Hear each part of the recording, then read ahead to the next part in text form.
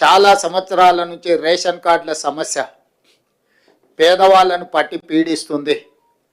అందుకే ration card లేని అందరికీ నూతన రేషన్ కార్డులు ఇవ్వాలని కూడా ఈ మంత్రివర్గ సమావేశంలో నిర్ణయం తీసుకోవడం జరిగింది.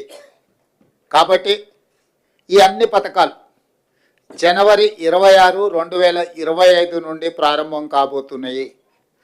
జనవరి 26, 2025కు ఒక ప్రత్యేకత ఉన్నది.